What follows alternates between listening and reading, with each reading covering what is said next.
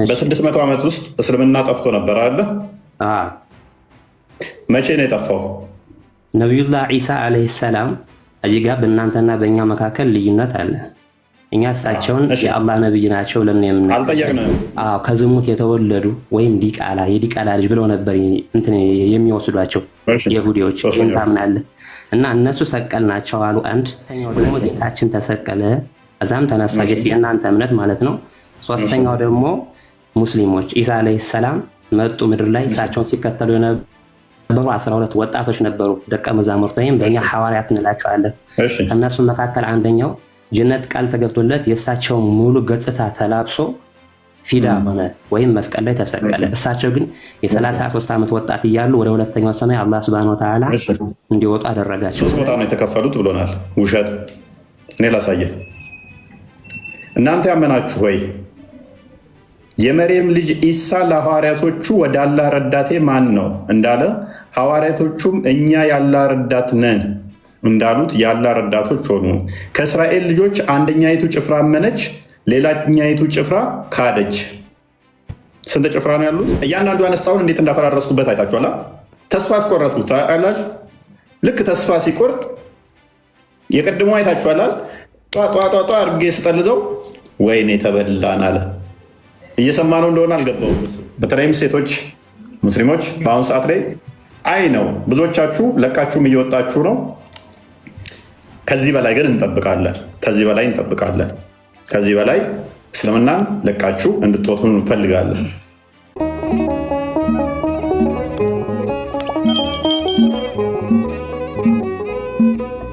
ያ ዛሬ የምንመለከተው ሙሐመድ እንደ እስልምና አስተምሮ ብዙ ነቢያቶች አሉን ብለው ያምናሉ። ከነኛ ከብዙ ነቢያቶች ውስጥ ሙሐመድ በምንድን ነው የሚለየው ከሌሎቹ? በቃ ነፍሴን ሰጥለታለሁ፣ እንደዚህ ሆንለታለሁ፣ እንደዚህ ፊዳ ከዋቢዮ ምናምን እያላችሁ የምትሉት ሙሐመድ ከሌሎቹ ነቢያት በምን በልጦባችሁ ነው የሚል ርዕስ ነው ያለን። በዚህ ጉዳይ ላይ እንዲቴል እንሄድበታለን፣ እንወያያለን ከሙስሊሞቹ ጋር ማለት ነው። በምንድን ነው የሚለየው ከሌሎቹ? ሙሐመድ ከፈጠራቸው ነቢያቶች ማለት ነቢይ ብሎ ራሱ የነገራቸው ለነሱ አሉ። ከነኛ በምን ይለያል የሚለውን ዘርዘር አድርገን የምንመለከተው የምንማማርበት ይሆናል ማለት ነው። እንግዲህ ሙስሊሞች ደጋግመው ከሚናገሩት ምንድን ነው እሱ ሙሐመድ እንደዚህ ነው፣ ሙሐመድ እንደዚህ ለእኛ ብሎ እንዲህ ሆኖ፣ ሙሐመድ እኮ ለእኛ ብሎ እንደዚህ ሆኖ ይላሉ። ሌሎቹስ? ምክንያቱም በሁሉም ነቢያቶች የምታምኑ ከሆነ ሌሎቹስ ለእናንተ ምንም አላደረጉ ምንም አላሉ ማለት ነው። የምንመለከተው ይሆናል ማለት ነው። የዛሬ ቶፒካችን ሆኖ የምንዳስሰው ይሆናል። ወይንስ ለሙሐመድ ብቻ ነው ይሄ መስፈርት የሚሰራው? እናየዋለን። ምክንያቱም በነቢያቶችም በእንትኖቹም ማዳላት ይቻላል ወይ? ከአንዱ ነቢይ አንዱ ማበላለጥስ ይቻላል ወይ? የምንማማርበት ቶፒክ ነው እና ይሄን ይመስላል። ሜይ ቢ እንደ ኢንትሮዳክሽን አቶ ቃል መልካም ይሰማል። ይሰማለህ? እንኳን ደህና መጣ ብያለሁ። ይሰማለህ? ቤቢ ጥያቄውን ለመድገም ያህል ዛሬ ምንማማርበት እንደ እስልምና አስተምሮ ብዙ ነቢያቶች ተልከዋል ብላችሁ ታምናላችሁ አይደለ? ኦኬ። ሙሐመድ ከሌሎቹ ነቢያቶች እንደ እስልምና አስተምሮ የሚለይበት ምንድን ነው እሱ? ወይንስ እንደ ሌሎቹ ነቢያቶች ተመሳሳይ ነው?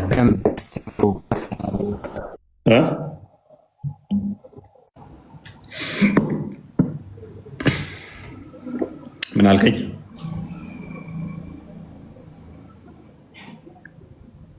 አይ ቲንክ ኔትወርክ መሰለኝ። ይሰማል ቃል? አንተ በደንብ ይሰማል። የእሱ አይሰማም። ኦኬ። አብዱ የኛ ይሰማል? አብዱ ሱልጣን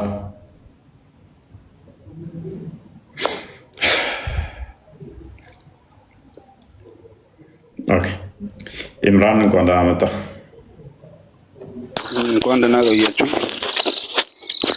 መልካም ሜይ ቢ ለእንትና እኛ እንደ እስልምና የምናውቀው ነቢያችን ሙሐመድ ካቲሙል አንቢያ ካቲሙል ሩሱል ነው፣ የመጨረሻው ነብይ ነው። እናንተ ጅሎች ምን አባታችሁ ትሰራላችሁ? ሙስሊሞች ሲተጠየቁ የመጨረሻው ነብይ ነው።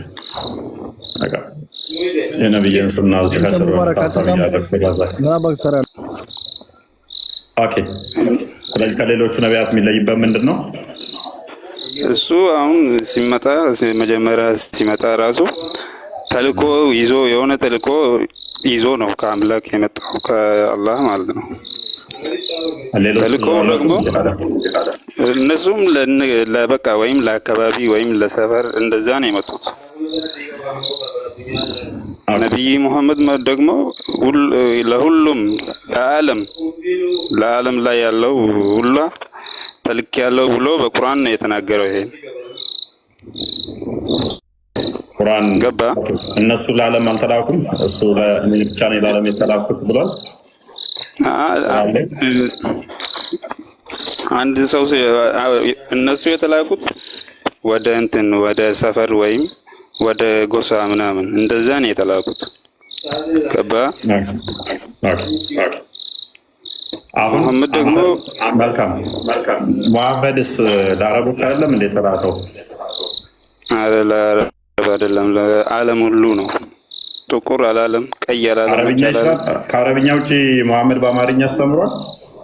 በአማርኛ ሳይሆን አሁን ቁርአን ሲመጣ በአረብኛ ነው የመጣው፣ እንደ መጽሐፍ ቅዱስ ማለት ነው። መጽሐፍ ቅዱስ ሲመጣ በምን ነው የመጣው? ቆይ እስኪ በአማርኛ መጣ እንዴ? ስለዚህ እንደ መጽሐፍ ቅዱስ ለዓለም የተላከው እንዴት ነው? ከሌሎች ለዓለም እንዴት ተላከ ትለናለህ? ካደ አሁን እኔ ይሄን ነገር እንዴት ብዬ ላስረዳ? ቆይ ደስ እንዳለ ከአረብኛ ውጭ መሐመድ ካላስተማረ በአረብኛ ለአረቦች ከሆነ የተላከው እንዴት ነው? እሱ ኢምራን ተው አንተ ኢምራን ይሄ ደግሞ ጠቃሚ በአረብኛ ለአረቦች ከሆነ የተላከው በእንግሊዝኛ ካላስተማረ በሌላ ቋንቋ እንግሊዝኛም ይተረጎማል እኮ ይሄ ቋንቋ ነው። ቋንቋ ችግር የለውም፣ ቋንቋ ይተረጎማል። ጎበዝ። አንድ ጥቅስ ብቻ ከቁርአንም ሆነ ከሐዲስ በሌላ ቋንቋ ተርጉም ቁርአን የሚላለ ቁርአን እንደዛ የሚል አለ። ያው በሌላም አለ። የለም ማስረጃ አለ፣ ቁርአን ላይ አለ።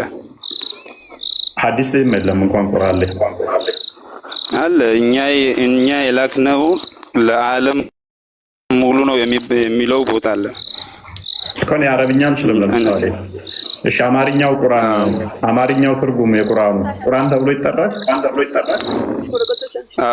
ቁርአን ነው፣ ሌላ ስም የለውም። በአማርኛም ቁርአን ያ ፍጡር ያልሆነ ነው ተብሎ ይጠራል። ቁርአን ቁርአን ያላ ቃል ኦኬ። አማርኛው ትርጉም ያላ ቃል ነው ተብሎ ይባላል። ቁርአን ነው ያላ ቃል ነው ተብሎ ይባላል። አዎ እንደዛማ ይባላል። እርግጠኛ ነህ? እሱማ ያላ ቃል እንደሆነ ሁሉም ሰው ያውቃል። ይሄ የተቀመጠ ነገር ነው። በቁርአን ላይም አለ፣ በሐዲስ ላይም አለ ይሄ። ስለዚህ አማርኛው ትርጉም ያላ ቃል ነው ቁርአን ነው ተብሎ ይባላል። ያላ ቃል ነው ቁርአን ነው ይባላል። አዎ ያላ ቃል ደግሞ ፍጡር አይደለም አይደለ? ፍጡር አይደለም። ስለዚህ አማርኛውም ፍጡር አይደለም፣ ኦሮምኛውም ፍጡር አይደለም፣ እንግሊዘኛውም ትርጉሙ ፍጡር አይደለም፣ አረብኛውም ፍጡር አይደለም። ልዩነት የላቸውም ማለት ነው። አማርኛውም እንግሊዘኛውም ኦሮምኛውም አረብኛውም ይሄ ቋንቋ ነው። መልካም። ታዲያ ቋንቋ ጉዳይ ከሆነ ልዩነት ከሌለው ለምንድን ነው በአረብኛ የምሸመድደው? ለምን በአማርኛ አሸመድደው? በአማርኛ ሳይሆን የወረደው በአረብኛ ነው። አይ ልዩነት የለውም አይደለ? ሁሉም ፍጡር አማርኛውም ፍጡር ካልሆነ አረብኛው ፍጡር ካልሆነ ሲወርድ በዛ ስለወረደ ነው። አይ ታዲያ ለምንድን ነው አዛን በአማርኛ ማትሉት? ሰላት በአማርኛ ለምን ማትሉት? ለምንድን ነው ቁርአንን በአማርኛ ማቀሩት? ማይዘይ ከእስልምና ወጥተሃል። ሽርክ ነው የፈጠርከው። ትርጉሙ እንኳን ፍጡር ያልሆነ የአላህ ቃል ተብሎ ሊጠራ ይቅርና ቁርአን ተብሎ አይጠራም።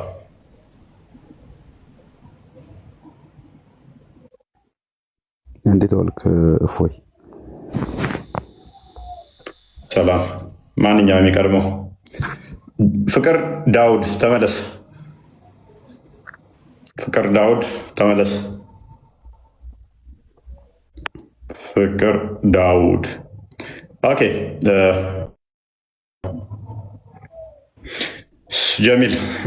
ጀሚላ አቤት። ምን ነበር አልከኝ? መልካም ሙሐመድ፣ እንግዲህ ጥያቄው የመጀመሪያውን ሰምተው ከሆነ በእስልምና ብዙ ነቢያቶች አሉ ብላችሁ ታምናላችሁ። ምንም እንኳን የነቢያቶቹ አስተምሮ ባይኖራችሁም ሙሐመድ የነገራችሁን እዛችሁ ከሌሎች ነቢያቶች የሚለይባቸው ነገሮች አሉ ብላችሁ ደግሞ ታምናላችሁ። ከሌሎች ነቢያቶች የሚለይባቸውን እስኪ አንድ 5-6 ንገረኝ። እነሱ ነቢዩ መሐመድ ሰለላሁ ዐለይሂ ወሰለም የተላኩት ለዚሁ ትውልድ ነው፣ ለመጨረሻው ትውልድ እና የመጨረሻው ነብይ ናቸው። ከመጨረሻ መሆን እኮ ያው የበላይ እኮ እንዲሆን አያደርገውም። ሁሉም በጊዜው ነብይ ስለነበር የበላይ አደረገው አላልኩም ያልኩ ለኛ ለመጨረሻው ትውልድን የተፈጠሩት። አሁን ከኛ በፊት የነበሩት ለሌላው ትውልድን የተፈጠሩት እኔ የተላኩት። ስለዚህ ልዩነት የላቸውም ማለት ነው፣ የዘመን ጉዳይ ብቻ ነው። አዎ እነዛም ለዛ ጊዜ ለተፈጠሩት ትውልድ እንደዚሁ ትምህርት አስተምረው አልፈዋል። ኦኬ ገባኝ። ስለዚህ ሁሉ የታይም ሲኬንስ ጉዳይ እንጂ መበላለጥ በታይም ታመጣኸው ከእንትና ከአደም ኖህ ይበልጣል ማለት ነው። ከኖህ ደግሞ እንደዚህ እያለ ሲመጣ ሙሳ ይበልጣል ማለት ነው። ከሙሳ ደግሞ እያልክ ስትመጣ ኢሳ ይበልጣል። ከኢሳ ደግሞ መሐመድ ሊበልጥ ነው። በታይም መበላለጥ ካመጣ አይ የጊዜ ጉዳይ ነው ካልክ ደግሞ ከአደም ኢድሪስም ሆነ ኖህ የሚበልጥበት ምክንያት አይኖርም። ኢብራሂምም ከነሱ ሊበልጥ አይችልም። ሙሳም ሊበልጥ አይችልም። ኢሳም ሊበልጥ አይችልም። መሐመድም ሊበልጥ አይችልም። ያያም ሆነ ሌሎቹ ልዩነት አይኖራቸውም። የታይም ጉዳይ ነው የሚሆነው ማለት ነው። እሱን ወላሂ አለም አላውቀውም፣ እንዲህ ልልህ አልችልም።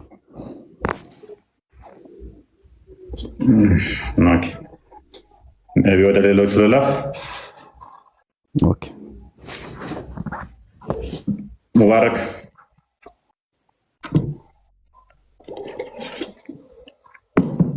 ሙባረክ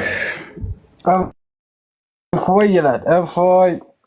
እፎይ በል እስኪ ደክሞህም ከሆነ ብራዘር የዱንያ ወንድሜ የዱንያ ግን በእስልምና ወንድም ማለት ይቻላል አይቻልም እኮ? የዱንያ ወንድሜ ና የቀጣዩ ዓለም ወንድሜማ አይደለ? እስልምና በዱንያም ይቻላል፣ ዓለምም ወንድሜ ትሆናል። አይ የሚቻል አይመስለኝም። ኢቨን አንድ እናት አባት ብትወለድ ራሱ በሃይማኖት ከተለያየ ሱረቱ አልመይዳ 51ኛው ላይ ክርስቲያንና አይሁዶችን ረዳት ወዳጅ አድርጋችሁ አትያዙ ነው የሚለው። ወዳጅ መሆን አችልም፣ ረዳት መሆን አችልም። በሃይማኖት ወንድም ትባባላለህ እንጂ ሜዳ 5ኛው ሱራ 51 ላይ ወይንም ደግሞ ሱራ 3 አልኢምራን 28ኛው ላይ ሙስሊሞች ከክርስቲያኖች እና ከአይሁዶች ጋር ረዳት ወዳጅ አድርጋችሁ ተያዛችሁ እናንተም ከነሱ አንዱ ናቸው ነው የሚለው። ወንድሜ ረዳት እያልክ የምትለኝ ከሆነ ጀስ እንትን እየፈጠርክ ነው። በሃይማኖት ደግሞ ወንድም የምትባባለው የሃይማኖት ብቻ ነው ወንድምነት ያለው እንደ እስልምና እስከማውቀው። እሱን ደግሞ በሃይማኖት ወንድም ብላቸው ጥሯቸው የሚባለው በእስልምና ውስጥ ያለን ነው። እኔ ደግሞ ሙስሊም አለውም ክርስቲያን ነኝ። ኤኒዌይስ የሰው ልጆች ዘር የአዳምና የሔዋን ዘር ስለሆነ ወንድማማቾች። እሺ ኤኒዌይስ እሱንም የያዘውና ለጊዜው መሐመድ ከነቢያቶች በላይ ነው ብለህ ታምናለህ? እንደ እስልምናው ነቢያቶች የእስልምናው ነቢያቶች አምናለሁ። በምንድን ነው? በእስቲ አንድ 4-5ቱን ንገረኝ የበላይ የሆነበትን። አላህ ምድር ላይ አዳምን ሲፈጥረው ከአዳም ጀምሮ 124,000 ነብያት ነበሩ ምድር ላይ። ከነሱ ውስጥ 25ቱ ነብያትን ሸምድደን እንድናውቅ ዲናችን ያዘናል። እምነታችን 25 ነብያት ሙሳ፣ ኢሳ፣ ዳውድ፣ ሱለይማን፣ ኑህ፣ ዘከሪያ፣ ያህያ፣ ያዕቁብ። ከነዚህ ውስጥ ደግሞ 5ቱን የከባባድ ስሜት ባለቤቶች ይባላሉ፣ ኡሉል አዝም ማለት። ከነሱ ውስጥ ደግሞ ከኡሉል አዝም ውስጥ አንደኛው ነብዩ መሐመድ ናቸው። ኦኬ፣ ኡሉል አዝም 5ቱ ነብያቶች ልጠቅስልህ ነው። ማማ ኢሳ፣ ሙሳ፣ ኢብራሂም፣ ኑህና መሐመድ። እነዚህ የተመረጡ 5 ነብያቶች አሉ። በምንድን ነው የተመረጡት? በምንድን ነው የተመረጡት? አባታችን አደም ከሐዋ ጋር ከገነት ሲወጡ በመጨረሻ ላይ በምትልከው ነብይ በመሐመድ ይሁንብህ ብሎ ዱዓ ሲያደርግ አላህ ዱዓውን ተቀበለው። ስለዚህ ለሙሐመድ ብሎ ገና ሙሐመድ ሳይፈጠር አደም በሙሐመድ ጸሎት አደረገ እያልከኝ ነው። አይ ቲንክ የኢብኑ ተይሚያ መጽሐፍ ላይ ያለን አርጉመንት ነው እየመጣ ያለው። ስለዚህ ለሙሐመድ ብሎ ገና ሙሐመድን ሳይፈጥር ያኔ አደም ይቅርታ የተደረገው በሙሐመድ ነው። ሙሐመድ ምንድን ነው እኮ ሙሐመድ አሁን ችግር የለውም አርጉመንቱ ስለማውቀው ችግር የለውም። ነገራቶች ሁሉ አላህ አይፈጥርም ነበር። ሙሐመድን ባይፈጥር አላህ ምንም ነገር ምድር ላይ አይፈጥርም ነበር እኮ። ለሙሐመድ ብሎ ነው የማረው፣ ለሙሐመድ ብሎ ፈጠራቸው። አንተ አሁን ወደ እስልምና ስትመጣ ላኢላሃ ኢለላህ ትልና ሙሐመድን ረሱሉላህ ማለት አለበት ግዴታ። አላህ አንድን አመንክ በኋላ በነብዩ መሐመድ መልእክተኛነት ማመን ግዴታ ነው። አዳምጠኛ። ስለዚህ መስፈርት ራሱ እኮ ግዴታ ብለህ ያመጣው ከሙሐመድ መምጣት በኋላ የሚመጣ ነው። ከሙሐመድ በፊት በሙሐመድ ማመን ግዴታ ነው። አዎ በሙሐመድ ማመን በነብይነቱ ማመን ግዴታ ነው። ሙሐመድ ሳይወለድ በሙሐመድ ነብይነት ሰዎች እንዴት ነው ሊያምኑ የቻሉት? እናትና አባቶቹ በሙሐመድ ነብይነት እንዴት ነው ሊያምኑ የሚችሉት? አባቱ ገና ሙሐመድ ሳይወለድ ነው የሞተው። ላኢላሃ ሙሐመድ ረሱሉላህ ለማለት ሙሐመድ ሳይኖር እንዴት ነው እንደዛ ሊል የሚችለው? ነብያቶች ጋር ነው። ነብዩ መሐመድ ከመወለድ አባታቸው የሞተው ነብዩ መሐመድ ሆድ ውስጥ እያሉ ነው። እናታቸው ሆድ ውስጥ እያሉ ማለት ነው እኮ። ካዳ ሆድ ውስጥ ሆኖ ገና ሙሐመድ ተወልዶ ራሱ ቆይ እናታቸው ሞተችባት። ሙባረክ ፕሊስ። እናትየው የሞተችው ሙሐመድ የ6 ዓመት ሆኖ ነው። አያቱ የሞተው ሙሐመድ በ8 ዓመት ሆኖ ነው። አባቱ የሞተው ሙሐመድ ገና ሳይወለድ ነው። ሙሐመድ ነብይ የሆነው በ40 ዓመቱ ነው። እነኚህ የሞቱት እንዳለ ቤተሰቦቹ ሙሐመድ ነብይ እንኳን ሙሐመድ ራሱ ነብይ ነኝ ያለው ከ40 ዓመቱ በኋላ ነው። እንኳን እነሱ ሊያውቁ ነብይ ነው ብለው እሱ ራሱ ነብይ ነኝ ያለው ከ40 ዓመት በኋላ ከድጃ ጭኗ ውስጥ ከከተተችው በኋላ ነብይ ነህ ካለችው በኋላ ወረቃና ከድጃ ተባብረው አንተ ነብይ ነህ ካሉት በኋላ ከ40 ዓመት በኋላ ነው። እስከ 40 ዓመቱ ነብይ እንደሆነ ራሱ ነብይ ነኝ ብሎ አላለም። እንዴት ነው ቤተሰቦቹ በሙሐመድ ግዴታ ያምናሉ የምትለኝ? የመጀመሪያዋ በእስልምና የወረደችዋን የቁርአን አንቀጽ አምጣት እሱ ጋር ይቅራ የምትለዋል እኮ ያለ ይቅራ የምትለዋ በወረደች ሰዓት እዛ ሂራ ዋሻ ውስጥ የሚጨምቀው አካል በጨመቀው ሰዓት እኮ እናቱም የለችም አባቱም የለም። በአማርኛ ተርጉማ አምጣት። ይቅራ የሚለው ነው የቁርአን አንቀጽ። ክፈትለት ቃል ክፈቱልኝ። ሱረት ዳር ይቅራ የሚለው ሱራ 96 ነው። እንደዚያ ከ93 96 ኦኬ። አንዱ በረጋ ደም የሚለው እሺ፣ ምን አገናኘው? አይዶን ነው። ለጥያቄው ምንም መልስ የሚሆን አይመስለኝም እሱ። ኧረ መልስ ይሆናል ወይ? መልስ ስላለኝ ነው እሱ ላይ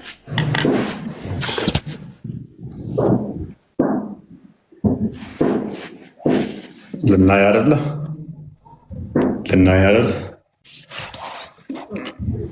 ዛሬ እስልምና መቀበል አለብህ እና ተከታዮችን መቀበል አለብህ። ክፈተው ሱራ 96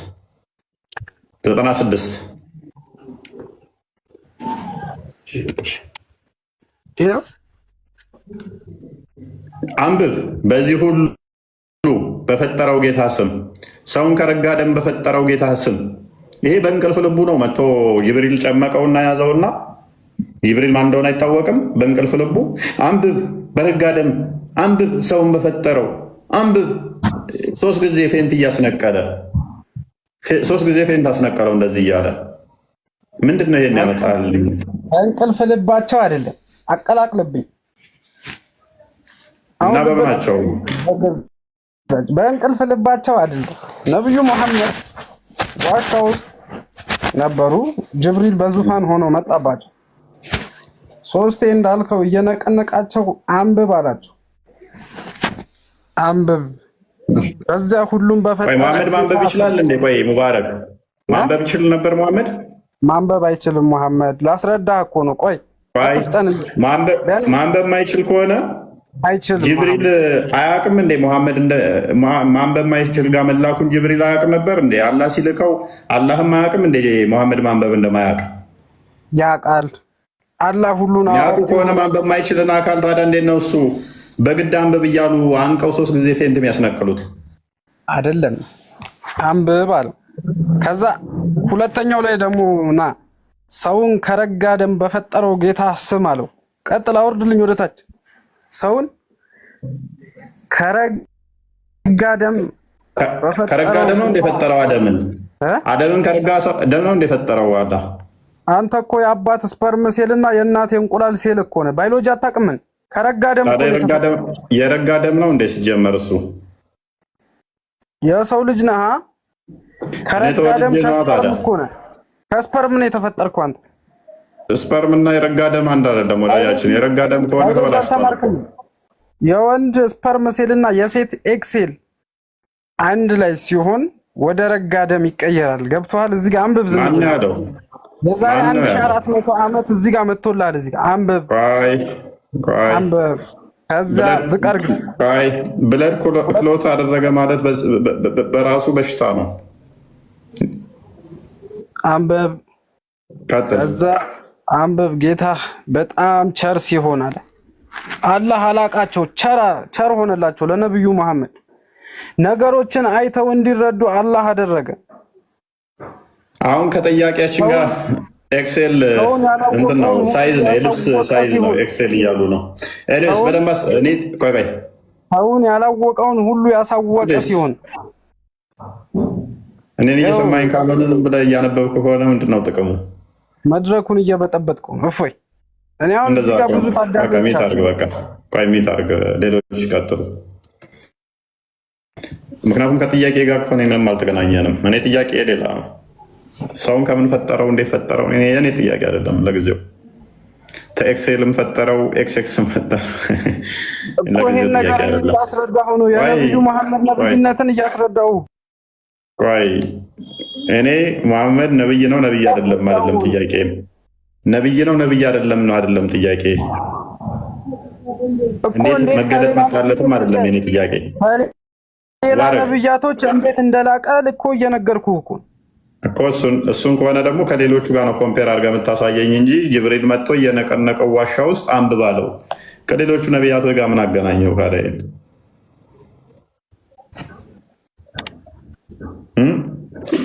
ከሌሎች ነቢያት ለመብለጥ ወይ ለማነስ ምን አገናኘው? እንዴት ኮምፔር ታደርገዋለህ? በዚህ ምክንያት ለምንድን ነው መበጠበጠኝ? ከዛ 6 ቁጥር ጋር ዝቅ በል። ከዛ ላሳየህ እኮ ነው ከነቢዩ ጋር አላህ ያላቀበትን ምክንያት እኮ እስልምና መጀመሪያ ብያለሁ እኮ ትናንትናም ብያለሁ። ባህር ነው ብያለሁ። ባህርን እንዴት አንተ ትችላለህ? አይ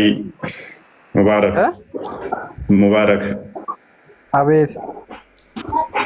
ባህር ከሆነ አንተ ግባና ዋኝበት፣ እኛ እንማማርበት። ከሌሎች ጋር ቀጥል እኮ አብረን ብንዋኘው ጥሩ ነው ብዬ እኮ ነው። እኔ እስልምና ለዓለም የተላከ እምነት ነው። በመፈክር ደረጃ ሰላም በሳቸው ላይ ይስፋል። በቃ አዳምጣ እንደ እሺ፣ መረጃ አዘጋጅ። እስከዛ አርቲኩሌት አድርጎ ነው ሐሚድ ቀጥል። እንኳን አመጣ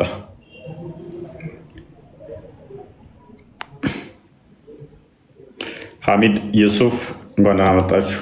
ሙስጠፋ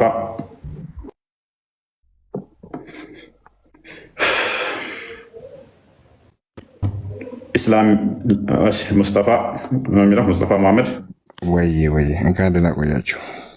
መልካም። እንደ እስልምና የተለያዩ ነቢያቶች አሉ ብላችሁ ታምናላችሁ? እኛ የተለያየ ነቢ ሲሆን እኛ ምናምነው ያው ረሱል ሰለላሁ ዐለይሂ ወሰለም መሐመድ ብቻ ነው። በሌሎች ነቢያቶች ታምናላችሁ? ታምኑ? በሌሎች ነቢያዎች እነ ኢሳ ነቢይ እንደሆኑ እናውቃለን። ታምናላችሁ ወይንስ ታውቃላችሁ? ያው እናምናለን። ያው እነሱ እኮ ነቢያ ናቸው። ስለዚህ በአንዱም ነቢይ ሳታለያዩ ነው የምታምኑት ነው ወይንስ ታበላልጣላችሁ? ማብለጥ ሳይሆን ያው ነቢይ እንትን አለው አይደለም፣ ቅጫ ቁጥር አለው ለሁሉም። ምን ረሱል ሰለላሁ ዐለይሂ ወሰለም የተላኩት ለዓለም ነው። ግን ያው የተላከው ለእስራኤል ነው። ቁርአን ላይ ማስረጃ ልትሰጠኝ ትችላለህ? እንደዛ ሚል ነቢይ ኢሳ የተላከው ለእስራኤል ብቻ ነው፣ ሙሐመድ ግን ለዓለም ነው የሚል ማስረጃ ልትሰጠኝ ትችላለህ?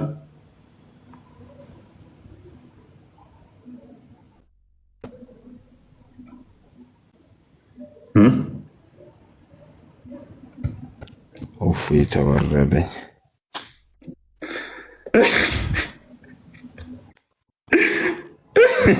የሰማለ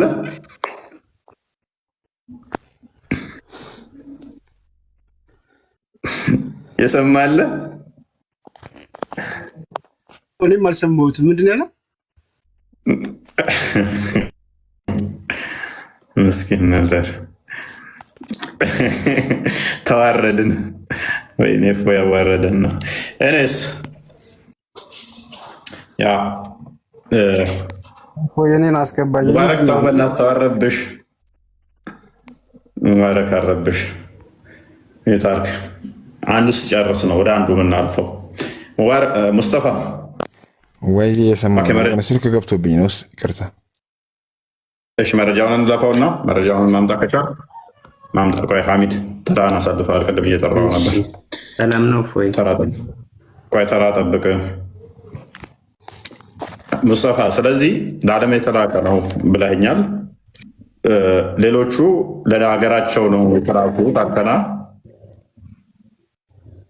እሺ ኦኬ፣ እንደዛ ከሆነ በደንብ አስተውል። አቴንቲቭሊ እንድታስተውል እፈልጋለሁ። አሁን ሙሐመድ ለዓለም ነው የተላከው፣ ተቀበልኩ። ከሰባተኛው ሴንቸሪ በኋላ የመጣው ሙሐመድ ለዓለም ህዝብ ተልኳል ማለት ኤሽያም፣ ዩሮፕም፣ አሜሪካም፣ አፍሪካም የአረቡ ምድር በሙሉ የተላከው እሱ ነው አይደለ? ሌሎቹ ግን ሁሉም ለሀገራቸው ነው፣ ለክልላቸው፣ ለዛ ለሰፈር ብቻ ነው የተላኩት። ሌሎቹ ላላልኩም ያው ወደ ቢሳ ነው የተነሳ እንደዛ አልኩኝ እንጂ ስለ ሌሎቹ አልገባውም። ስለዚህ ሌሎቹም እንደዛ ተልከው ከሆነ ምንም ስፔሻል አያደርገውማ ሙሐመድን። ከሱ በፊት የነበሩት እነ ኢሳም ለዩሮፕ፣ ለአፍሪካ እንደዚህ ተልከው ከሆነ ምንም አዲስ አይደለም እኮ። ካደ ሙሐመድ ለዓለም ተላከ ማለት አችልም። ሌሎቹም የተላኩ ስለሆነ ሐሚድ ሚዩታል የኢሳን እኮ ነው አርጊው እያደረግኩ ያለሁት። ሐሚድ ሚዩት አርግ። የኢሳን ነው አርጊው እያደረግኩ ያለሁት። እሺ ኢሳ ወደ ኢሮፕ፣ ወደ አፍሪካ፣ ወደ እስራኤል፣ ወደ ሁሉም ሀገር ነው የተላከው ወይንስ ለእስራኤል ብቻ ነው የተላከው?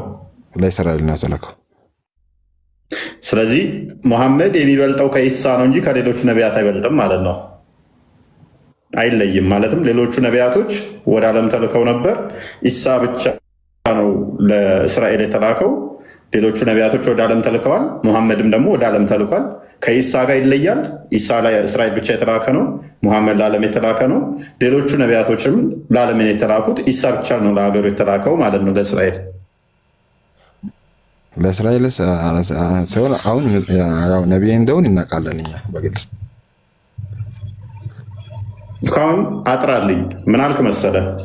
ምንድን ነው የሚለየው ከሌሎቹ ስልህ፣ ኢሳ የተላከው ለእስራኤል ነው፣ ሙሐመድ ደግሞ የተላከው ለዓለም ነው አልከኝ። ሌሎቹ ከመሐመድ በፊት የነበሩት ነቢያቶች ለሀገራቸው ብቻ ነው የተላኩት፣ መሐመድ ደግሞ ለዓለም ነው ወይ ብዬ ስልህ ኖ ሌሎቹ ነቢያት አላልኩም ኢሳን ነው ያልኩት አልከኝ። እንደዛ ከሆነ ሌሎች ነቢያቶች እንዲመጡና ኢሳ አለ መሐመድ አለ። ሙሐመድ ለዓለም ተልኳል። ኢሳ ደግሞ ለእስራኤል ብቻ ከሆነ የተላከው እነኚህ ነቢያቶች ደግሞ ለሀገራቸው አይደለም ካልከኝ፣ ለዓለምም ተልከዋል ካልከኝ፣ ሙሐመድ ከነኚህ ጋር ይመሳሰላል። ለዓለም ነው የተላኩት፣ እሱም ለዓለም ነው የተላከው። ኢሳ ብቻ ልዩ ይሆናል። አሁን ለእስራኤል ብቻ የተላከ ማለት ነው። ራይት ወይንስ እንዴት ነው? አንድ ነገር ልጠይቃለሁ። ኢሳ በእኔ ኢማኑ እኔ ፈጣሪ ነኝ ብለዋል? ይህን ብቻ መልስልኝ። ምን አገናኘው ከቶፒካችን ጋር? ፈርዖን እኔ ፈጣሪ ነኝ ይመኑብኝ ብሏል። ታምንበታለህ? በቁርአን ውስጥ ፈርዖን እኔ ረቢ ነኝ ይመኑብኝ ብሏል። ታምንበታለህ? ልድገምህ። ደጃል ሲመጣ እኔ ጌታ ነኝ እኔ ፈጣሪ ነኝ እመኑብኝ ይላል። ታምንበታለህ? ማለት መስፈርት ከሆነ ፕሪኮንዲሽን ከሆነ ደጃል ብሏል ይላል ሲመጣ እኔ ነኝ ፈጣሪያችሁ እኔ ነኝ ጌታችሁ እመኑብኝ ብሎ ሙታን ያስነሳል፣ እሳት ከሰማይ ያዘንባል። ታምንበታለህ? በደጃል ምን አልከኝ? ምስል ገብቶብኝ ነበር። ምን አልከኝ? እስኪ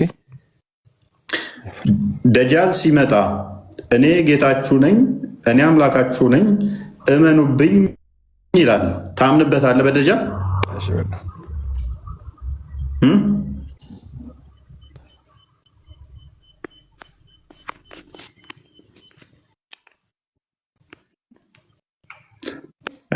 እሺ ሚዩት አድርግ። በቃ ሚዩት አድርግ። ሙስጠፋ ሙባረክ ሚዩት አድርግ። ሐሚድ ቀጥል። እሺ እንዴት አመሽ እፎይ? ሁላችሁም እንዴት ናችሁ? ሰላም ነው? እሺ የርዕሱ ምንድነው? ነብዩ መሐመድ ከሌሎች ነቢያት የሚበልጡበት ወይም የሚለዩበትን ነገር ጥቀሱ መሰለኝ ያልከው። ትክክል ነኝ? ያ እኔ ክሊር ላደርግልህ። ሙሐመድ ነብይ ነው ብዬም አላምንም። በእስልምና ሙሐመድ የተናገራቸውንም ኢሳ የሚባል ነብይ አላቅም፣ ኢብራሂም የሚባል ነብይ አላቅም፣ ኖህም ሆነ ሙሳ የሚባሉ ነቢያቶችን አላቅም። የሙስሊሞቹን ነቢያቶች መቀበላቸው ግን በእናንተ መስፈርት መሰረት ስለምታስጠጉ ወደኛ እኛ ጋር ያሉትን እነሱን በማለት ነው ብላችሁ ስለምታስጠጉ ደግሞ ሙሐመድን ነብይ ብላችሁ የሚለይበት አለ ብላችሁ እንትን ስለምትሉ ሰው የሚለይባቸው ምንድን ነው? እሱ 1 5 4 6ቶቹን መጥቀስ ከቻልክ።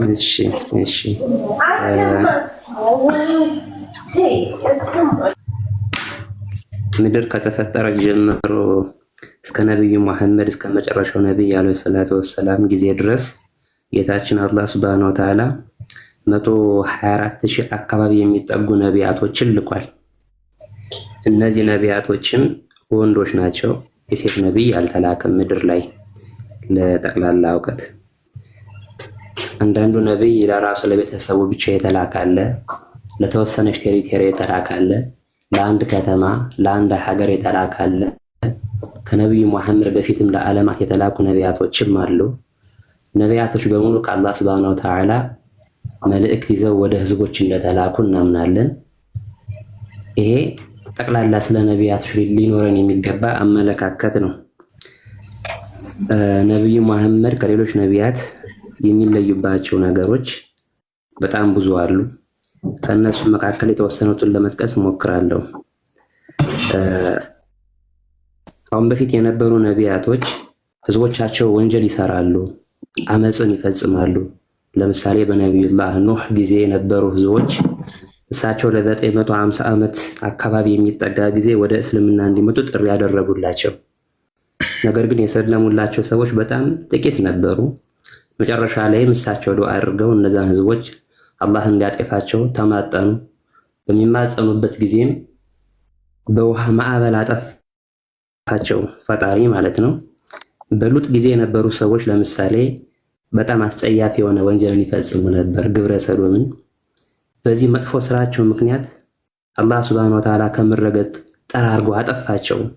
በሁድ ጊዜ የነበሩ ሰዎችን በነቢዩላህ ሁድ ዓለይሂ ሰላም ጊዜ የነበሩ ህዝቦችን ልክ እንደዚህ ወንጀልን በመስራታቸው ምክንያት ሙሉ ለሙሉ ከምድረገጽ ጠፍተዋል። የነቢዩ መሐመድ ዓለይሂ ሰላቱ ወሰላም ኡመቶች ወይም ህዝቦች እኛ ማለት ነው።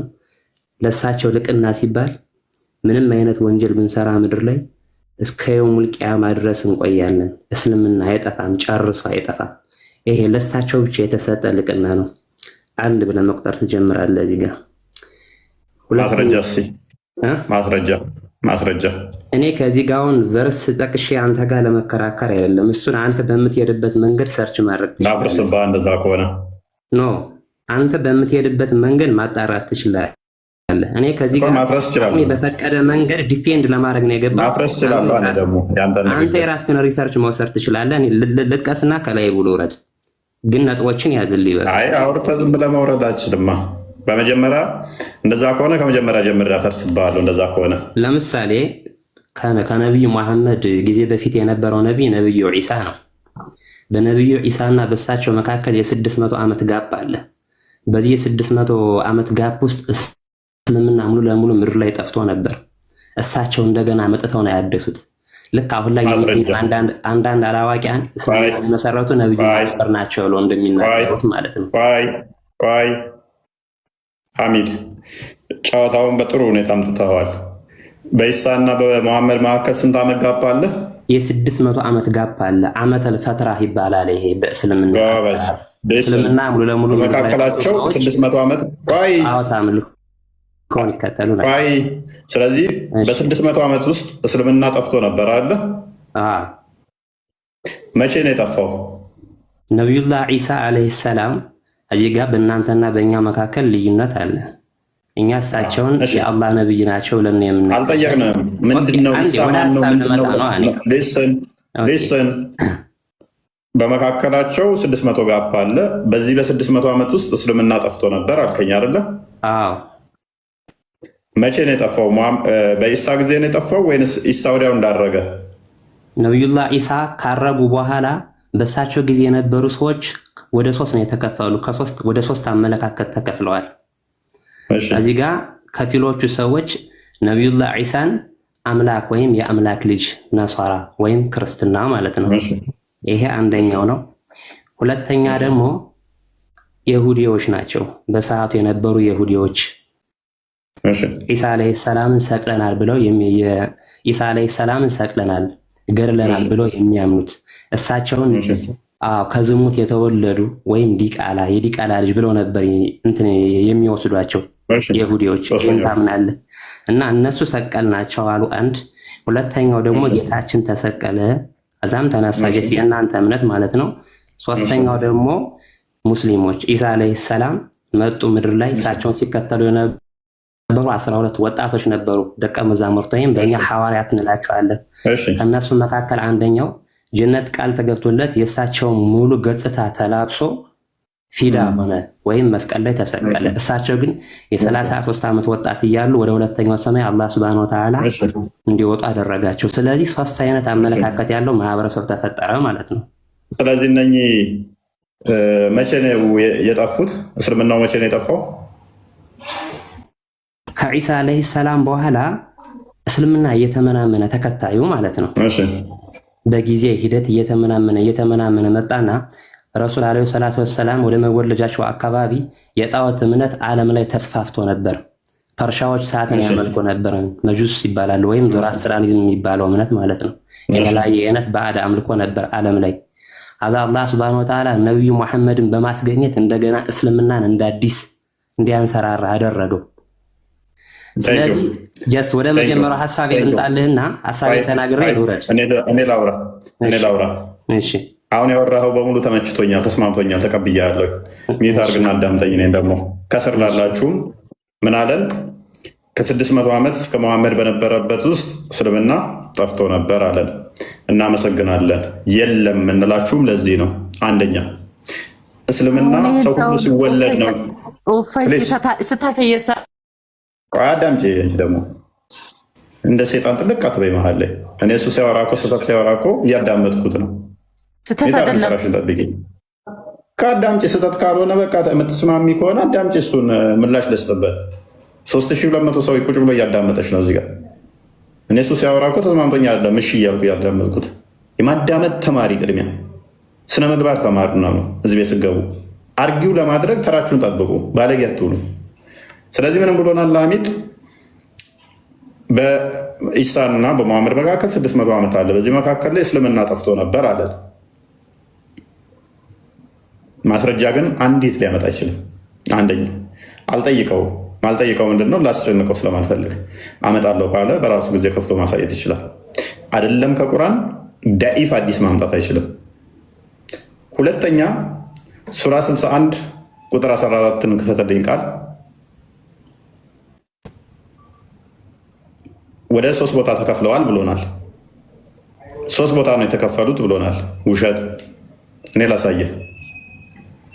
እናንተ ያመናችሁ ወይ የመርየም ልጅ ኢሳ ለሐዋርያቶቹ ወደ አላህ ረዳቴ ማን ነው እንዳለ ሐዋርያቶቹም እኛ የአላህ ረዳት ነን እንዳሉት የአላህ ረዳቶች ሆኑ።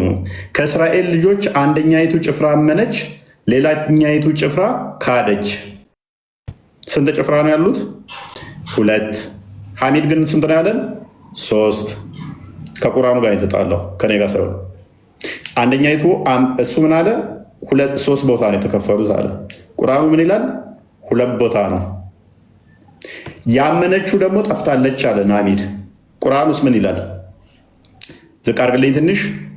እኛ የአላህ ረዳቶች እንዳሉ የአላህ ረዳቶች ሆኑ።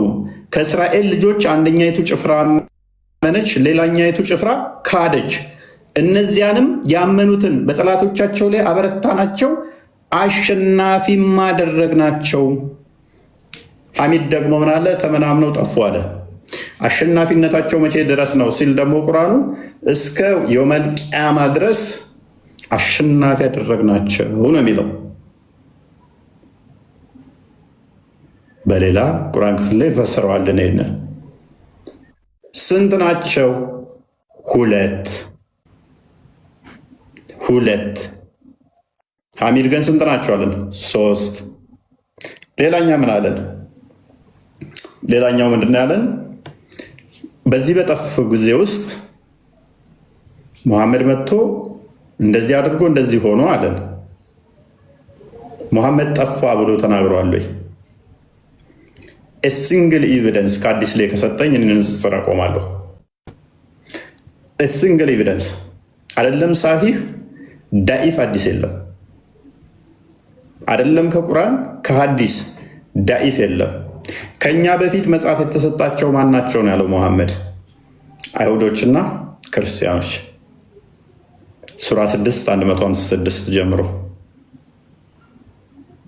ስንት ናቸው? 2 ጎሳ 2 ጭፍሮች ናቸው። እነኚህም በመጽሐፉ እንዲፈርዱ የመጽሐፉ አካላት የተደረጉ የመጽሐፉ ባለቤቶች ማን ናቸው? አይሁድና ክርስቲያኖች። ክርስቲያኖቹ በኢሳ ያመኑ እስከ መጨረሻ ድረስ ሐዋርያቶቹ የበላይ የተደረጉ። ሌላ ምን አለን ሐሚድ? 12 ናቸው አለን።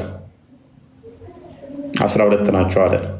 አይደለም ከቁርአን ከሐዲስ ላይ የኢሳ ሐዋርያቶች 12 ናቸው የሚል ሊሰጠን አይችልም። ከቁርአን ላይ አይደለም ከሐዲስ ላይ 12 ናቸው የሚል ማስረጃ የለም። ከተፍሲር መጽሐፍ ቅዱስ ሊያመጣ ይችላል። ማቴዎስ ወንጌል ምዕራፍ 10 ላይ 12ቱ ሐዋርያት ስም ዝርዝር ተጠቅሷል። እነኚህ የበላይ የሆኑት የኢሳ ሐዋርያቶች የሚላቸው ቁርአን ውስጥ አይታወቁም እነማን እንደሆኑ። ቁጥራቸውም በቁርአን አልተጠቀሰም፣ በሐዲስም አልተጠቀሰም። ከተፍሲር ሊያመጣ ይችላል። ወንድማችን ሐሚድ ከተፍሲር ላይ ሊያመጣ ይችላል። ተፍሲር ላይ ከሄደ ግን ሌላ ችግር አለበት። ተፍሲር ላይ ስትሄዱ ለምሳሌ ኢማም አጠባሪ የኢሳ ሐዋርያቶች ስንት ናቸው ብላችሁ ስትጠይቁት የተለያየ ናሬሽን ያስቀምጥና ታላቁ ጠበሪ 310 አካባቢ የነበረው የአንዳንዶችን ዘገባ ዞ 24 ናቸው ይላል።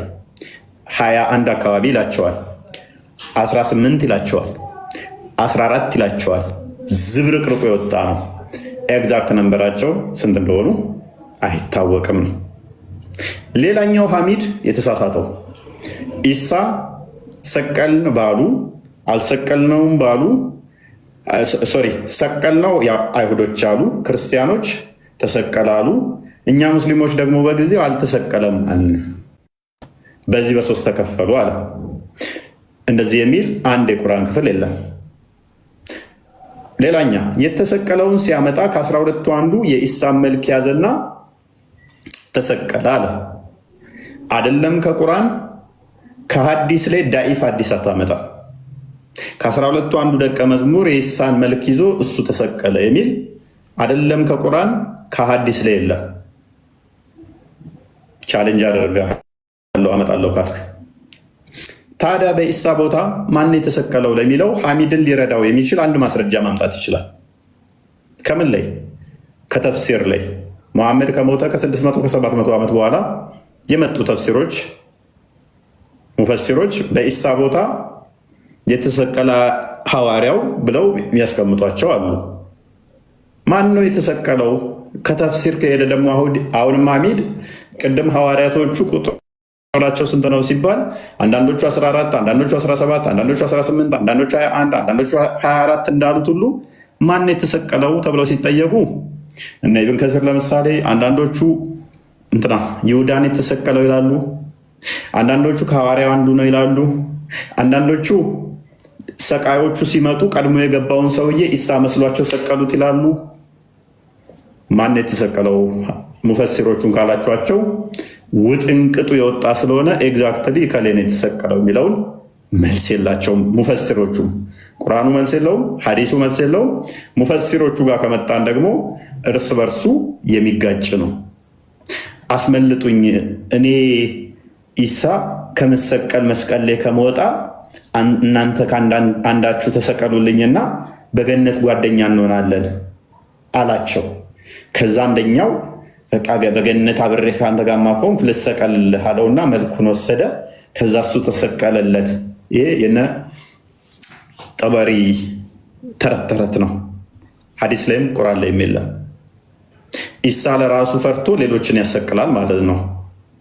ይሄንን ትሪክ የሚሰሩት አላህና ኢሳ ይሆናሉ ማለት ነው። አንደኛው ምንም ወንጀል ባልሰራው የአንተ ሃይማኖት ነው ተሰቀለ፣ ውሸት ተሰቀለ የሚለው የአንተ ሃይማኖት ነው። ከዛ ቁርአን ደግሞ ምን ይላል? በኢሳ ስቅለት ጉዳይ ላይ ግራ መጋባት ላይ ናቸው ይላል። እኛ ምንም ግራ መጋባት ውስጥ አይደለንም። በአንድ ድምፅ ምን እንላለን? አዎ ተሰቅሏል ብለን እናምናለን። ሙስሊሞች ጋር ስንመጣ ማን የተሰቀለው ስትሏቸው አንዱ ይሁዳ ነው ይላል፣ አንዱ ከሰቃዮቹ አንዱ ነው ይላል፣ አንደኛው ሐዋርያቶቹ ይህን ያህል ናቸው ይላል፣ አንደኛው ይህን ያህል ናቸው ይላል፣ አንደኛው ጣራ ቀዶ ነው ያመለጠው ይላል፣ አንደኛው መስቀሉ ላይ ነው ያመለጣቸው ይላል። ውጥንቅጡ የወጣው እናንተ ጋር ነው። ስለዚህ ያነሳቸው አርጉመንቶች ያነሳቸው መልስ ብለህ ያመጣቸው ሬሌቫንት የሆኑ መረጃ አልባ ውሸት ናቸው። ምንም ተባበር አልችልም ማለት ነው። አሚድ ሀሳቤን አልጨረስኩም። አነሳቸው እንዳላፈርሽብሃለሁ። አይ መረጃ ቀርብበታለሁኝ ካልክ ግን ልጨምር መረጃ ማምጣት እችላለሁ፣ ልጨምርልህ እችላለሁ። ሌሎች ስህተቶች የሳትካቸው ነው። እሺ ከቶፒኩ አልወጣም። ምንድነው ነብይ መሐመድ ከሌሎቹ ነቢያት የሚበልጡበትን ነገር ጥቀሱ ነው ያልከው። መጀመሪያ ወደ ቶፒካችን መነሻ ስንመጣ መጀመሪያ አንድ ሀሳብ ብቻ ነው የተናገርኩ፣ ማብራሪያ ሰጠህበታል አንተ። እዚህ ጋር ሁለተኛ መልሼ አልከልሰውም። ወደ ሁለተኛው ፖይንት ልምጣልህ። ከሌሎች ነቢያት እሳቸው የሚለዩበት ማለት ነው። እኛ ሙስሊሞች ሶላት እንደምንሰግድ ታውቃለህ፣ በቀን 5 ጊዜ ማለት ነው። ቁርአን ውስጥ አልተጠቀሰም። ቁርአን ውስጥ አልተጠቀሰም። ይሄ 5 ሶላት የተሰጣቸው ለእሳቸው ነው፣ ለነብዩ መሐመድ እና ቁርአን ውስጥ የለም። 5 ጊዜ በቀን ስገድ የሚል ቁርአን ውስጥ የለም። የድሮ ነቢያቶች ሶላት የሚሰግዱ ለምሳሌ በሙሳ ጊዜ መስጂድ ውስጥ ነበር። ይሄ ለሳቸው ልቅና ሲባል ምድር በሙሉ ጧህራ ተደረገችላቸው። አንድ ሙስሊም የፈለገበት ቦታ ላይ የፈለገበት መሬት ላይ ሶላት የመስገድ መብት አለው። ሽንት ቤት ውስጥ መስገድ ይችላል? ሽንት ቤት ውስጥ መስገድ ይችላል? አይቻልም። ሽንት ቤት እኮ ምድር በሞላ ትበል፣ ቆይ ምድር በሞላ ትበል፣ የበግ ማደሪያ ቦታ መስገድ ይችላል? የሚሰግድበት ቦታ ጧሃራ ካልሆነ መሬት ላይ ቢሆን መስገድ አይቻልም። ንጽህናውን ማረጋገጥ አለቀ በቃ። ምድር በሞላ ብለህ እንዲህ ቦታ ይቻላል? ነው አይቻልም። እንዲህ ቦታ ይቻላል? አይቻልም። ሲቀጥል እነኛ መስጊድ ውስጥ ብቻ ነው የሚሰግዱት የሚል ማስረጃ እንታለኝ። እሺ፣ አመሰግናለሁ ለሰጠኝ እድል።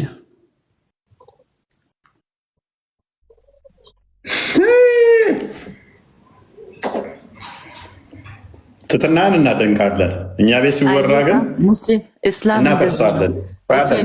በሱ ተማር።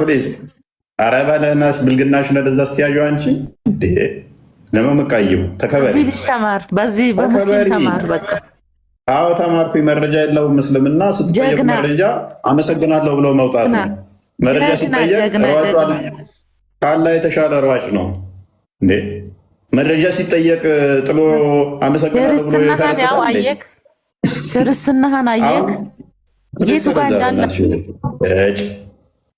እኔ ጭንቅላታቸውን ንፍጥ ነው እንደሞላው ሰዎቹ። ሴቶቹ ግማሽ ጎደሎ ጭንቅላት ስላላቸው ናት፣ ትፍረዱባት ይቻላል። ይሄኔ እኮ አራተኛ የተደረበች ነች። ሻው መሯት ነው ምር ያላት ነች። ባይዘ አራተኛ ተቀምጣ በቁሟ ገንዟ ታይታችኋላ። የሆነ ምኗም እኮ አይታይም፣ ተገንዛ ማለት ነው በቁም እስልምና ምናምን ተባለ። መረጃ እንዳለ ያነሳውን ነጥብ ካይ እንደንትና በትኛ ፈራርሽ የጥየበት በቃ ኔክስት ልለፍ ብሎ ገና ሲያልፍ አሁንም ጧ በጠረባሳ አደርገውና መረጃ ካመጣ ቻሌንጅ ታደርገኛለህ ስለው የለኝም አመሰግናለሁ ብሎ ሲወጣ እስልምና እንዲህ ነው። ሰው በዚህ መጠን ይደነቁራል። በዚህ መጠን መረጃ ሲጠየቅ የለኝም ብሎ ጥሎ ለወጣ ሰው ጀግና። ከስር ያላችሁ አስተውሉ። ዩቱብ ላይ እስቲ ዩቱብ ላይ ያላችሁ ምን ተረዳችሁ ከዚህ? ይህንን አይነት ድንቁርና፣ ይህን አይነት በሽተኝነት ማለት የአእምሮ በሽታ ነው። ቻይና ያለችው ወደ አይደለም እኮ እስልምና። ወደ 600 ዩቱብ ላይ እያዳመጣችሁ ነው ያላችሁ ሰዎች ምን ተገነዘባችሁ ከዚህ? እያንዳንዱ ያነሳውን እንዴት እንዳፈራረስኩበት አይታችኋላ። ተስፋ አስቆረጡ ታውቃላችሁ። ልክ ተስፋ ሲቆርጥ የቀድሞ አይታችኋላል። ጧጧጧ አድርጌ ስጠልዘው ወይኔ ተበላን አለ። እየሰማነው እንደሆነ አልገባውም እሱ ከማድረጉ እንትን ብሎ ፖዝ አደረገን። ፖዝ እያደረገ እንትን ሲል ነው ወይኔ ተበላን። ይህንኛው ደግሞ ጧጧ አዳመጥኩትና ሳደርገው እዛ ላይ መቆየት አልፈለገም። ኔክስት ሌላ አርጉመንት አመጣለሁ ሲል ስናደርግበት አመሰግናለሁ ብሎ ሽርትት ብሎ እዛች ጋለችው መሐመድ አይምሮ ጎዶሎ ያላት እስልምናን አየኸው ውበቱን ትላለች። መረጃ ሲጠየቅ ጥሎ የፈረጠጠ ሁኔታ ዩቱብ ላይ ያላችሁ የምታገናዝቡ ስለሆናችሁ እስኪ ምን ታዘባችሁ? እስልምና እንደዚህ ነው። ማጣቁ ከሆናችሁ ጭንቅላታችሁ ላይ ነው ያላችሁ የሚወጡት። ምታቁ ከሆነ ደግሞ እነዚህ ነው የሚሆኑት። እስልምና እንዲህ ነው፣ መረጃ የለውም። እስልምና እንደዚህ ነው። እስልምና እንዲህ ነው። በመጮህና በመሳደብ ፖለቲካ በመስራት ነው እስልምና እስከዛሬ የቆየው። በማስፈራራት ሰዎችን እንትን በማድረግ በቃ እንዲከበሩ ነገር ያለ መረጃ። የሚያቅ ሰው ሲመጣ ደግሞ ቻሌንጅ ሲያደርጋቸው የሚያቅ ሰው ምንድን ነው የሚያደርጉት? ተሳዳቢ ነህ፣ ባለጌ ነህ፣ እንደዚህ ነህ በሚል ነው የሚያሸንፉት።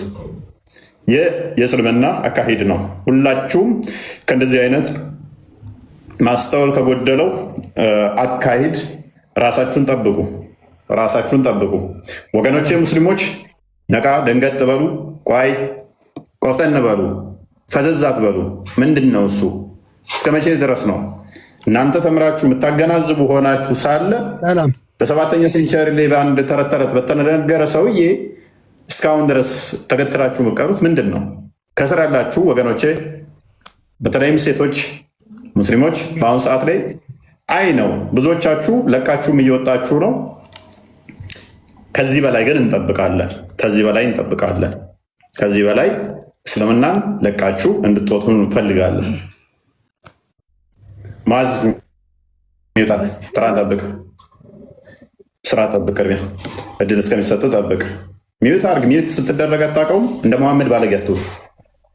የግዴታ እንደ መሐመድ ቤት አትምጣ ማለት አለብኝ። ብልግናን ከመሐመድ ስርዓት ተማርና ና። መሐመድ ቤት አይደለም ይሄ፣ ክርስቲያኖች ቤት ነው። ስርዓት ጠብቅ። ቅድሚያ ኑር እንኳን ደህና መጣ።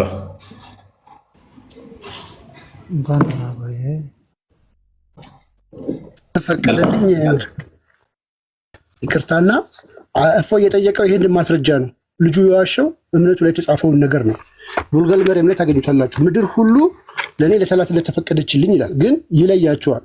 አቡ ሁሬራ እንዳስተላለፉት የአላህ መልእክተኛ እንዲህ ብለዋል፣ የምድር አካል ለሙስሊም የውዱ ማድረጊያ ቁስ ለ10 ዓመታት ውሃ ባያገኝ እንኳን ውሃ ካገኘ አላህን ያላህን ይፍራ። ውሃ ካገኘ ተጠባለ አካሉ ያስነካው። በዛው ዘገባ ደግሞ ማለት ነው ኢብኑ ቆጣስ እንዲህ ብለው መስከረዋል። ዳር ቁጥሪ በበኩላቸው ሙርሰል እንደሆነ ጽፈዋል። ተርሚዚ ይህን ዘርፍ በማድረግ በተመሳሳይ ዘገባ አስፈረውታል። ከስር ሸርሁ ላይ ምን ብሎ ያስቀምጠዋል? ማይሰገድባቸው ቦታዎች አሉ። ሽንት ቤት አይሰገድም፣ መስቀል ያለበት ቦታ አይሰገድም ይላል። ምድር ሁሉ ካለ በኋላ ሽንት ቤትና መስቀል ያለበት ቦታ ግን መስገድ አይቻልም እና ደግሞ አፈሩ ጧሁራ ካልሆነ ንጹህ ካልሆነ መስገድ አይቻልም ብሎ ማብራሪያው ላይ ደግሞ የሸርሁ ላይ አስቀምጠውታል። እና ይህንን ማስረጃ ያምጠው። ምድር ሁሉ ስትል ሁሉም ቦታ እያልክ ነው። ይህን ግን ሽንት ቤት አይሆንም ስትል ደግሞ ሽንት ቤት ደግሞ አትፈቅድም ማለት ነው። ሁሉም ቦታ እያልክ ነው።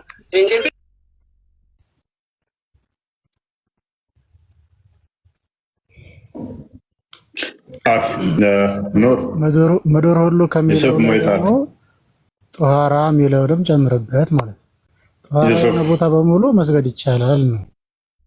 ችግር የለውም እሱ።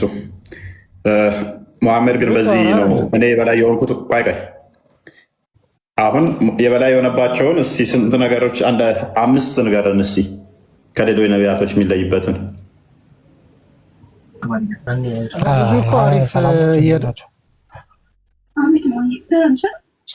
አብዲ ሚውት አድርግ። ሰው እያወራ ነው። ጠጅ ቤት ወይንም ገጠር አይደለም ያለው፣ በሩቅ ማዶ ላይ የሆነ እንደማሰማ ቤቴ ሰላም ናችሁ ምናምን። ማሜ ሚውት አድርግ። ስራ ተማሩ ቅድሚያ። እስኪ ኦኬ፣ ምንድን ነው ያልከን ኑር? ልጁ ያሁኑ እኮ አሪፍ ነገር እያቀረበ ነበረ። ብታዳምጠው አሪፍ ነበር። ሀሳቡን አዳመጥ ነው እኮ እሱማ አዳመጥ ነው እንደ ብሎ አዳመጥ ነው። እኮ በክፍያ እኮ ነው የሚሰራው። አሁን እኮ እኛ እዚህ የምንመጣው ዲቤት ምናምን አይደለም። ዲቤት ከሆነ እኮ አሁን እሱን አታልቅስ፣ ትመልሳለህ። መሐመድ ከሌሎች ነቢያቶች የሚለየው በምንድን ነው? የሚለየው የመጨረሻ ነብይ ነው። ኦኬ፣ የመጨረሻ ነብይ ነው። በዚህ ነው የሚለየው። ነብይነቱ ደግሞ በዘመኔ ፋይን። ኢሳ ነብይ ነው አይደለም? ነብይ ነው። ተመልሶ ይመጣል አይመጣም? በመጨረሻው ይመጣል። ከኢሳና ከሙሐመድ ለቂያማ የመጨረሻው ማን ነው? በመጨረሻው ቂያማ የሚቆመው በኢሳ ከመጣ በኋላ ነው። ምንድን ነው የምትለን? ካለ የመጨረሻ ነብይ ነው የምትለን። ኢሳ ነብይ ነው አልከኝ። ኢሳ ገና ይመጣል አልከኝ። ተመልሶ ይመጣ ከሆነ የመጨረሻው ነብይ ኢሳ ነው የሚሆነው። ለምሳሌ ኢሳ ሲመጣ እኮ በራሱ ሳይሆን የሚያስተዳደረው በነብዩ ህግ ነው የሚያስተዳድረው። ማን ያለ ነብዩ ህግ ወይ በነብዩ ማን ያለ? ቆይ የነብዩ ህግ ጂዚያ ነው አይደለ? ጂዚያን ኢሳ ያስከፍላል። ጂዚያ ምንድን? ወደ ሰዎችን የሃይማኖት ግብር ሙሐመድ የወጣው ጂዚያ ህግ ሙሐመድ ኢሳ ይተገብራል ወይንስ ጂዚያን ያስወግደዋል? ኢሳ ሲመጣ